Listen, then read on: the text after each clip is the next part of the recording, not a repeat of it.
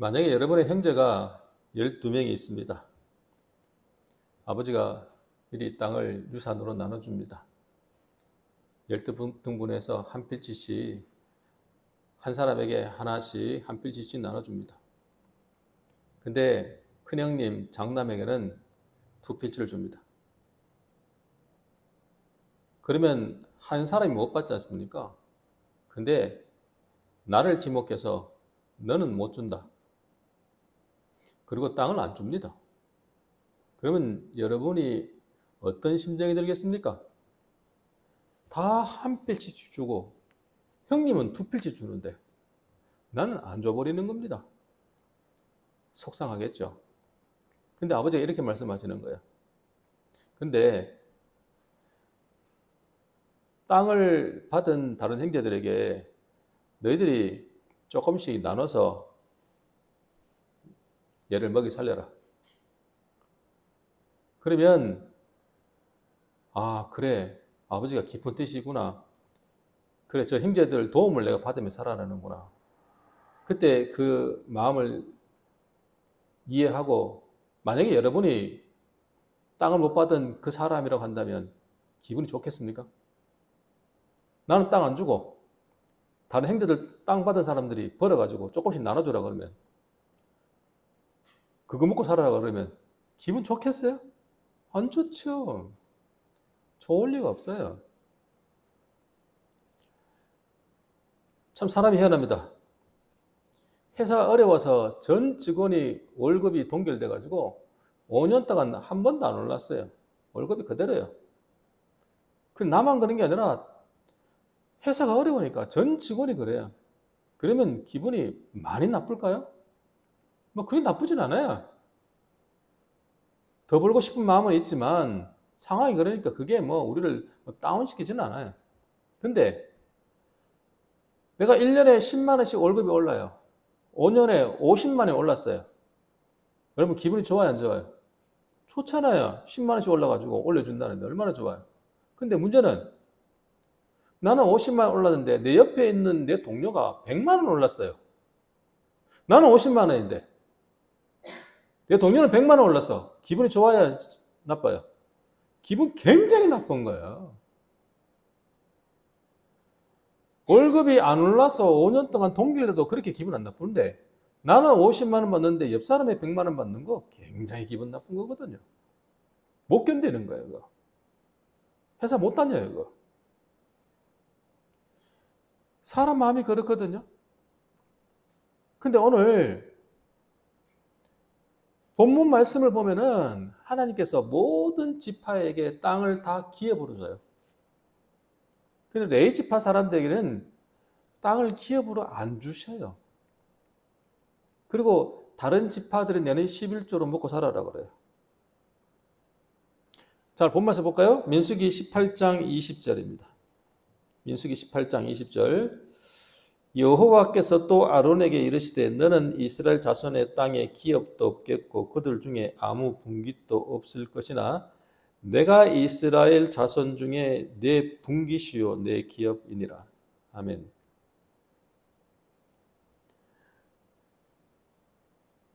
제사장에게는 레위 지파 사람들에게는 이스라엘 땅에는 기업이 없다라는 거예요. 땅을 소유할 권한을 주지 않으셨다라는 거예요. 땅을 기업은 안 줬다는 거예요.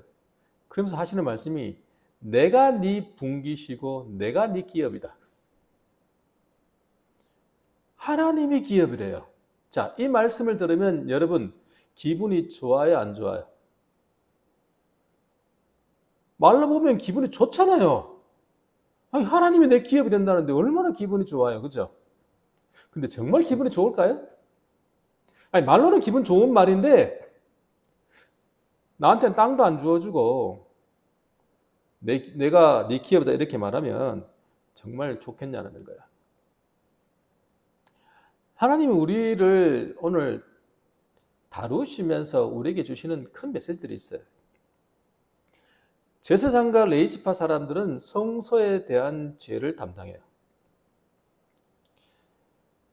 모든 백성은 죄로 말미암아 심판을 받아야 되는데 이 죄의 문제를 레위 지파 사람들과 제사장들이 이것을 감당하면서 처리함으로 이스라엘 백성들은 심판을 면하게 되고 은혜를 얻게 돼요. 그러니까 다시 말해서 레위 지파 사람들에게 기업을 땅을 안 주고 그리고 하나님만 기업이 되어서 하나님 위해서 섬기고 성소 안에서 죄를 담당하는 일을 할 수 있도록 하신 것은 이스라엘에는 은혜요, 선물인 겁니다. 제사장이 있다는 것은 이스라엘 백성들에게는 은혜입니다. 그리고 하나님 주신 선물이라는 거예요. 제사장들은 무슨 일을 했냐니까 성소 안에 성물을 담당하고 그리고 제단의 일을 담당합니다. 레위 지파 사람들은 성소 밖에 하나님을 섬기는 일을 제사장들이 일하는 일들을 잘할 수 있도록 도와주는 역할을 하는 겁니다. 일이 나눠졌어요. 섹터가 나눠진 거예요. 여기서 우리가 오해를 하면 안 되는 게 어떤 일이 큰 일이고 어떤 일이 작은 일이고 어떤 일이 더 귀중한 일이고 어떤 일이 덜 귀중한 일이 아니라는 거예요. 섹터를 정해준 것뿐이에요. 너는 이 일을 하고 너는 이 일을 해라 라는 것이죠.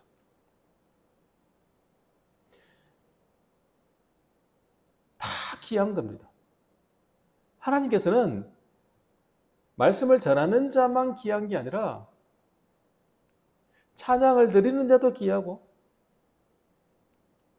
그리고 예배를 드리는 자도 귀하고 섬기는 자도 귀하고 다 귀한 겁니다. 다 섹터가 다른 거예요. 이스라엘 백성들이 안전한 이유는 뭐냐 그러면 제사장들이 제사장의 직무를 잘 감당하면 이스라엘이 안전합니다. 그래서 이스라엘 백성들은 뭘 잘해야 되냐 그러면 제사장이 제사장의 직무를 잘할 수 있도록 돕는 일을 잘해야 됩니다. 그래 자기들이 안전해지거든요.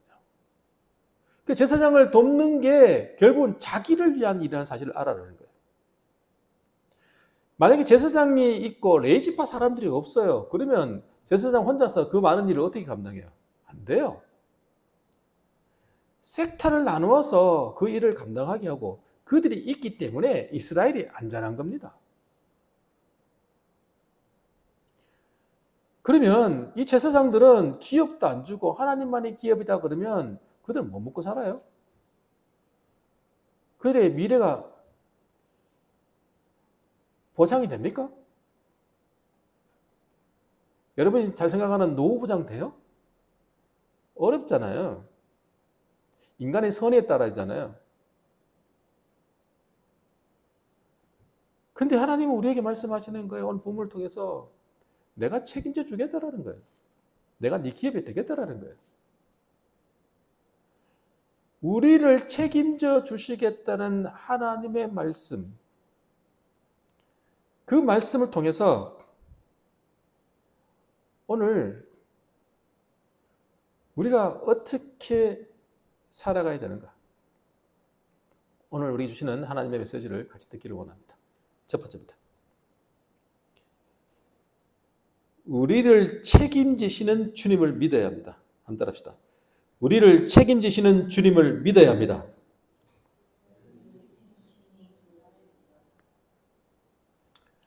아론과 그 후손들, 즉 제사장들과 하나님께서는 오늘 본문에서 19절에서 소금 언약을 맺으십니다. 소금 언약. 이 소금 언약은 우리 고대 사회에서 언약을 맺고 계약을 체결할 때에 이 소금 언약을 하지요. 소금은 변하지 않잖아요. 사람의 생각은 쉽게 변하거든요. 그래서 소금 언약을 맺음으로써 절대 안 변한다. 하나님께서 소금 언약을 했다는 이야기는 절대로 나는 이 언약을 깨지 않는다. 영원토록 내가 지킬 거다. 라는 소금 언약을 맺으면서 하나님께서 내가 네 기업 된다. 이렇게 말씀하신 거거든요.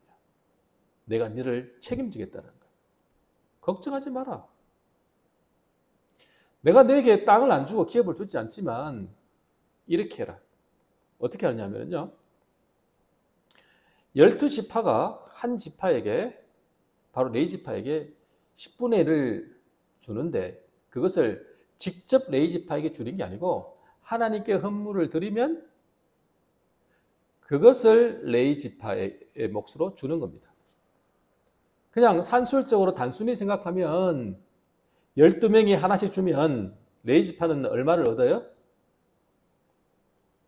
1.2배를 얻잖아요. 그죠? 한 개씩이면.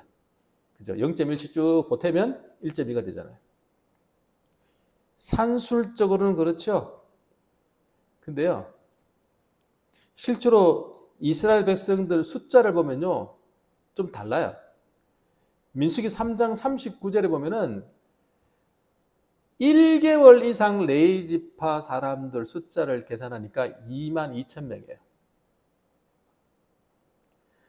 그 중에서 직무를 감당할 수 있는 만 30세 이상 레위지파 사람들이 8,580명이에요.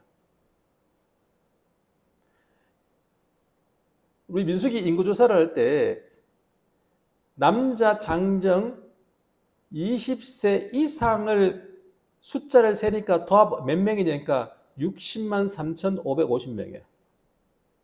그래서 간단히 말해서 60만 명 정도 돼요. 그러면 20세 이상만 따지자면 레위지파 사람들이 30 이상이 8,580명이니까 그냥 절반 정도 된다 그래도 11,000명, 12,000명은 본다 이 말이에요. 60%는 한 15,000명 될 거고. 자, 그냥 12,000명으로 두자고요. 그러면 60만 명 중에서 12,000명이면 몇 배예요?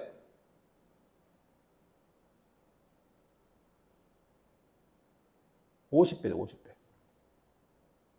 숫자가 50배예요. 자, 50배니까 50배 등록 사는 사람이 다 11조 0.1씩 다 내요. 그러면 얼마가 되는 거죠? 레위지파 사람들이 받는 몫이 일반 사람들보다 5배. 5배 정도의 수입을 얻는 거예요. 자, 그러면 레위지파 사람들은 어떻게 하냐? 하나님께 11조를 드려요. 그러면 그 11조가, 드린 11조가 그 아름다운 것이 누구에게 가요? 제사장에게 갑니다. 그때 당시에 제사장이 몇 명이냐면 아론과 아론의 아들 4명, 토탈 5명입니다.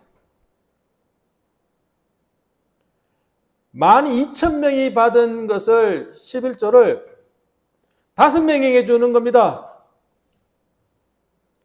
그럼 몇 배가 되는 거예요? 레위지파의 한 200배. 그리고 일반인들에 비해서는 1,000배 정도 됩니다. 자, 그러면 월급 한 200만 원 받는다 치자, 예를 들어서. 그러면 200만 원의 1,000배는 얼마예요? 계산이 나와요? 2천만 원, 2억, 20억 정도 되나요? 예. 월급이 200만 원 받는 사람 기준으로 하면 월 20억 받는 거예요. 그럼 연봉이 얼마 되죠? 한 240억 정도 돼요. 자, 이 정도 되면 제가 왜 이 이야기를 길게 하고 설명하고 있냐면은 처음에 너 땅 안 줄게 그러니까 기분 나쁘잖아요. 이거 뭐야? 이렇게 어떻게 살아라고? 걱정이 확 들잖아요. 내 노후는 어떻게 하고? 아, 저 인간들 선의를 믿으라고? 걔네들은 11조 안 하면 어떡하는데? 나 뭐 먹고 사고? 이런 생각이 들지 않겠어요? 근데 하나님께서 11조라는 제도를 만들어가지고 그렇게 하도록 만들었어요. 실제로 따지고 보니까 제사장은요, 일반인들보다 1,000배를 받는 거예요, 1,000배를. 왜 이렇게 하시냐는 거예요, 하나님께서. 걱정하지 마라 이 말입니다. 걱정하지 마라. 하나님이 책임질게.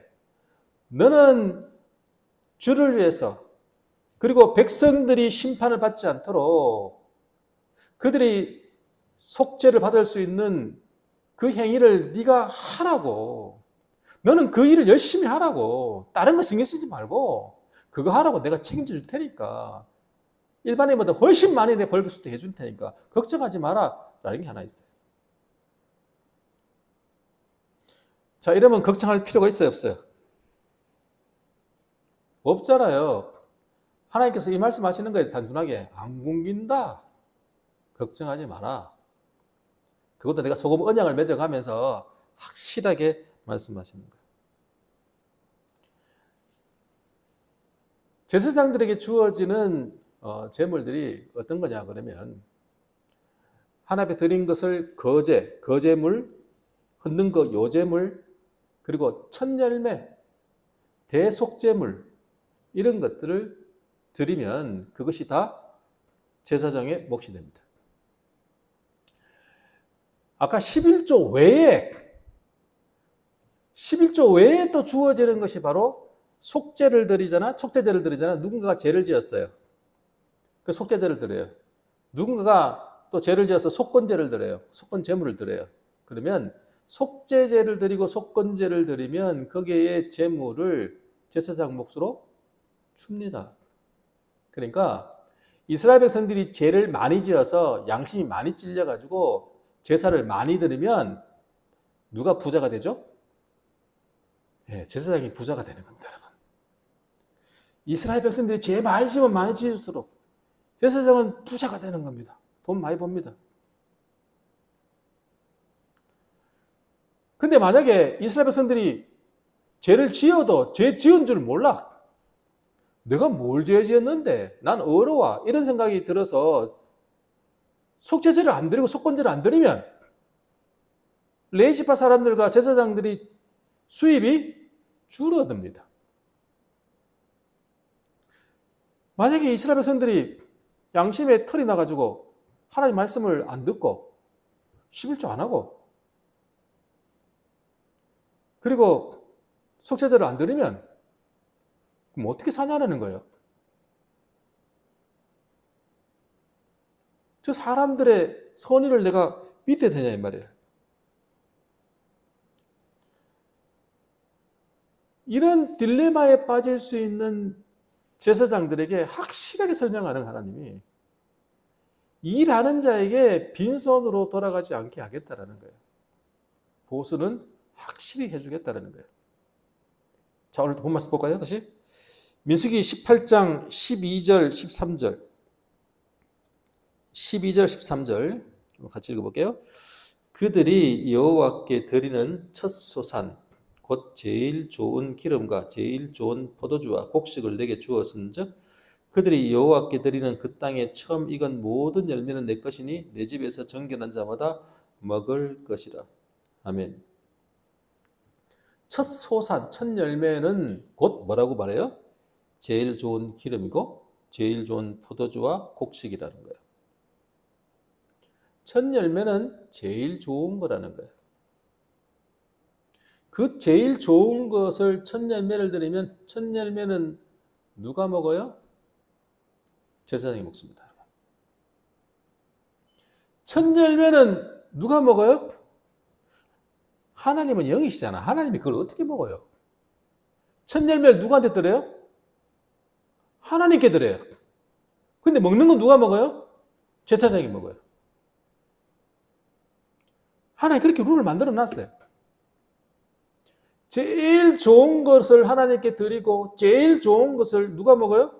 제사장이 먹도록 만들어 놨어요. 제사장은 이런 생각합니다. 아니 그래도 하나님 저 사람들이 만약에 11조 안 하고 저렇게 안 섬기면 어떻게 삽니까? 땅 몇 평이라도 혹시 보험이나 드러나지 보험. 여러분 보험 좋아하잖아요. 보험 드러나야 될 거 아니에요. 그 땅 몇 평이나 좀 주십시오 하나님. 많이는 안 줘도 혹시나 만약에 안 생기면 그거라도 먹고 살게. 근데 하나님께서 그거 허락하지 않으시고 전적으로 하나님을 의지하게 만드셨어요. 하나님이 책임진다라는 거예요. 하나님이 은혜로 공급하시겠다라는 거예요. 아까 계산해봤죠? 정상적으로만 해도 제사장은 1000배의 수익을 얻습니다. 걱정하지 말라는 거예요. 이게 하나님의 룰이라는 거예요. 여기서 오늘 여기 주시는 메시지는 뭐냐 그러면 하나님을 위해서 섬기는 자, 하나님을 위해서 사는 자, 주를 위해 사는 자는 하나님이 책임진다. 땅 그까짓 거 못 받아도 괜찮다. 괜찮다. 걱정하지 마. 그 말씀이 오늘 우리 주시는 말씀이에요. 근데 우리 조심해야 될 게 뭐냐면은 우리가 일을 했으니까 하나님이 주시는 거다. 하나님의 은혜를 보수의 개념으로 생각하면 안 돼요, 여러분.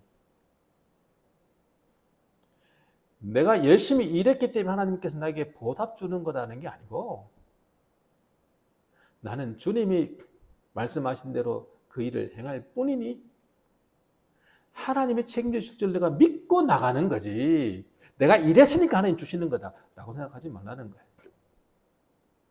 하나님을 의지하는 사람은 하나님이 책임지신다. 걱정하지 마라.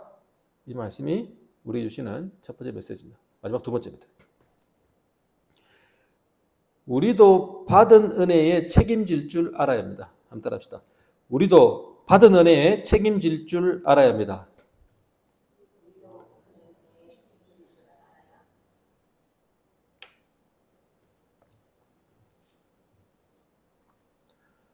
자, 공동체는 하나님께서 우리에게 주신 은혜, 그 은혜가 너무너무 감사해서 하나님 앞에 다시 감사의 의미를 담아서 하나님의 말씀대로 다시 드리는 거예요. 이 모든 것이 하나님께로부터 주어졌다는 사실, 하나님의 은혜라는 걸 인정하기 때문에 다시 되돌려 드리는 게 11조입니다. 11조는 딴 거 아니에요. 하나님이 우리에게 주셨다는 거예요. 내 모든 소유도 하나님이 주신 거라는 거예요. 하나님은 나의 아버지시고 나의 소유주라는 사실을, 내 주인이라는 사실을 인정하기에 내가 하나님께 다시 돌려드렸는데 그 안에 감사가 들어있는 거예요. 제사장은 누구를 위해 사는 거예요? 하나님을 위해 살고 우리를 위해 살더라는 거예요. 그래서 감사 의미가 들어있는 거지. 하나님 헌신하는 자들에게 보상해 주시죠. 여러분 생각해 보세요. 누군가가 나를 위해 살아요. 그러면 여러분들은 그 사람이 나를 위해 사는 것을 당연한 것으로 여기고 전혀 책임지려고 생각하지 않는다면 그 문제가 있습니까? 없습니까? 그 문제 있는 겁니다. 그렇죠? 당연히 책임질 줄 알아야죠. 사람이 받은 은혜가 있으면 받은 은혜를 다시 보답할 수 있는 그런 마음이 있어야 되거든요. 하나님 그렇게 모든 것을 형성시켜 놨어요.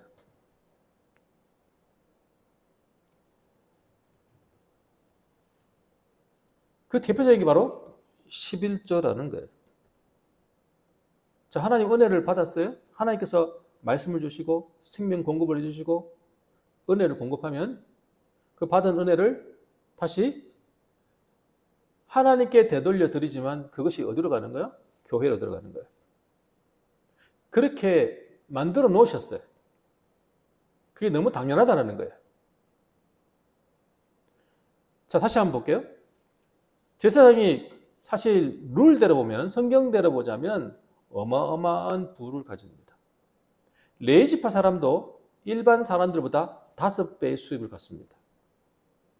보통 사람이 200만 원 월급 받는다면 레위지파 사람은 1000만 원의 월급을 받는 겁니다. 실제로는 사역자들이 훨씬 더 보수를 많이 받도록 만들어 놓은 게 성경의 구조예요. 자, 근데 보세요. 내가 10분의 9는 내가 가지고 10분의 1을 하나 앞에 드려요. 자, 레위지파 사람들이 또 10분의 1을 제사장에게 드려요. 그럼 제사장이 받아가지고 11조를 낼까요, 안 낼까요? 제사장은. 제사장은 똑같이 11조를 내야 돼요. 그러면 제사장이 내는 11조는 어디로 가요? 어디로 갈까요? 그 누가 받아가요? 그래서 여호와의 곳간, 여호와의 창고라는 게 있는 거예요. 여호와의 곳간, 여호와의 창고로 가요. 그러면 여러분 11조가 그냥 지금처럼 금덩어리 돈 같으면 지폐 같으면 금고 안에 뭐 10년을 쌓아둔 100년을 쌓아둔 상관이 없는데 드리는 것이 첫 열매 다 곡식이고 이런 거면 창고에 쌓아두면 어떤 일이 벌어질까요? 다 썩어버려요, 여러분. 썩어버린다고. 지금처럼 지폐가 아니라고요. 지금처럼 금덩어리가 아니라고요. 다 썩어버린다니까요? 그럼 그거 어떻게 하겠어요? 그게 가난한 자와 고아와 가부에게, 나그네에게 돌아가도록 만드는 구조예요. 제사장이 내가 한 달 월급을 20억을 받아요. 근데 내가 2억을 11조를 냈어요. 남은 18억을 제사장이 갖고 있으면 어떻게 돼요? 1년만 하는 거 되고 10년, 20년 하는데 얼마나 부가 쌓이겠냐고요. 그럼 제사장은 완전히 뭐 세상에 위장이 뭐 100개입니까? 그걸 다 먹고 살게? 어떻게 먹어요? 못 먹어요. 왜 많은 재산을, 많은 부를 제사장에게 주었을까요? 생각해 보세요. 제사장이 왜 그 모든 것을 가지도록 만들었을까요? 왜 1000배나 가지게 만들었을까요? 뭐 때문에? 어차피 제사장은 하루에 3끼 먹는 거 똑같잖아요. 그 많은 거 가져서 뭐 하려고? 하나님이 그들에게 준 마음이 뭐냐 그러니까 다시 백성들을 위해서 되돌려라는 거예요. 다시 나누라는 거예요. 그 은혜 받은 은혜를 다시 어떻게 해라? 책임져라. 왜 하나님께서 적당히 많이 주지? 왜 이렇게 많이 주냐고요. 그 이유는 너한테는 제일 좋은 거 주고 너한테는 그냥 적당히 잘해주는 게 아니라 상상을 초월할 정도로 많이 줄 테니까 너 돈 걱정하지 말고 먹고 사는 걱정하지 말고 그냥 내일 열심히 해. 이거 설명해 주는 거고요. 첫 번째. 두 번째는 네가 바로 그 받은 은혜를 나누는 자가 되라 이 말이에요. 그릇이 안 되는 사람에게 그 많은 걸 주면 그 사람이 그걸 감당하겠어요? 혼자 잘 먹고 잘 살려고 그러지? 제사장이 백성들의 죄를 담당하잖아요. 죄에 대해서 예민하잖아요. 그러니까 더 많은 하나님 앞에 어떻게 살아야 되는지 그 부담감을 가지고 잘 처리하라는 얘기입니다. 오죽했으면 하나님께서 11조를 또 만들잖아요. 여러분 레지파 사람들을 몫으로 주는 11조만 있는 게 아니잖아요. 11조 성경이 3개가 있잖아요. 두 번째는 뭐예요? 절기를 위해서 11조를 또 내야 돼요. 11조 하나가 아니에요. 또 내야 돼요. 11조. 그러면 절기를 위해서 낸 11조는 어떻게 하는 거예요? 모든 이스라엘 백성들이 절기를 지키고 같이 먹고 함께 먹고 즐길 수 있도록 그걸 하는 거예요. 한 예를 들어 볼게요. 야곱이 하나님 앞에 11조를 10분의 1을 드리겠다고 서원을 했어요. 자, 그러면 야곱이 그 서원을 지켰을까요? 안 지켰을까요? 지켰었겠죠. 자, 야곱 시대는 레위지파 사람 있었어요? 제사장 따로 있었어요? 없었어요. 레위는 야곱의 아들이에요. 그러니까 레위지파 사람들 그게 없어요. 그러면 야곱이 낸 11조는 어디로 갔어요? 내가 하나님 앞에 들여다 치자고요. 그거 어떻게 했는데 그거? 우리가 추정될 때 이런 거예요. 야곱이 드린 11조는 함께 한 예배자들이 함께 예배를 드리고 제사를 드리고 그리고 함께 그것을 나누어 먹고 함께 나누었다고 봐야 돼요. 11조의 목적이 가만히 보면 레위지파 사람들에게 제사장에게 가도록 만들고 그 다음에 그 남은 임년은 어디로 가도록? 힘들고 어렵고 그리고 나눔을 받아야 될 사람들에게 나눠지도록 가는 구조가 바로 11조인 거예요. 근데 이 첫 번째 11조가 제대로 안 되니까 절기를 위해서 11조를 또 만들어가지고 모든 이스라엘 백성들이 함께 절기를 지킬 수 있도록 만들어요. 그것도 안 되니까 또 하나 또 만들어요. 하나님께서. 세 번째 11조가 뭐냐 그러니까 이거는 매해만 내는 게 아니라 3년 만에 한 번씩 내요. 아예 이건 정해놨어요. 가난한 자와 고아와 가부를 위해서 11조를 내라. 매 3년마다. 아예 딱 정해놔 버렸어요. 고정화시켰어요. 원래는 두 번째, 세 번째를 안 만들어도 첫 번째 11조 이게 하나만 가지고도 이게 원래는 돼요. 레위지파 사람들과 제사장이 수입이 엄청 많으니까 충분히 할 수 있는 일인데 그게 안 되니까 두 번째를 만들어야 되고 두 번째 만들어도 그것도 안 되니까 아예 대놓고 하나님께서 고정시켜서 가난한 자, 고아, 가부를 위해서 11조를 드려라 이렇게 명령을 내야 되는 거예요. 우리는 은혜를 자기가 받는 것에만 몰두했지 그 은혜를 나누고 책임져야 되는 생각을 자꾸 안 한다 이 말이에요. 받은 은혜가 많은 사람일수록 나눌 책임을 더 많이 지는 겁니다, 여러분. 제사장들에게 그 일을 하라고 그들에게 엄청나게 좋은 거 주고 엄청난 걸 맡겨주시는 겁니다. 자, 오늘 말씀 정리할게요. 하나님은 하나님을 위해 사는 사람, 하나님께서 나에게 맡겨진 그 사명들을 감당하는 사람, 주를 위해 사는 사람, 하나님 책임집니다. 그것도 소금 언약으로 영원히 변치 않는 약속으로 책임집니다. 걱정하지 마라. 그리고 내가 받은 은혜가 크다면 그 받은 은혜를 책임질 줄 아는 삶을 살아라. 그게 우리의 삶이다. 여러분 기억하며 사시기를 간절히 축원합니다.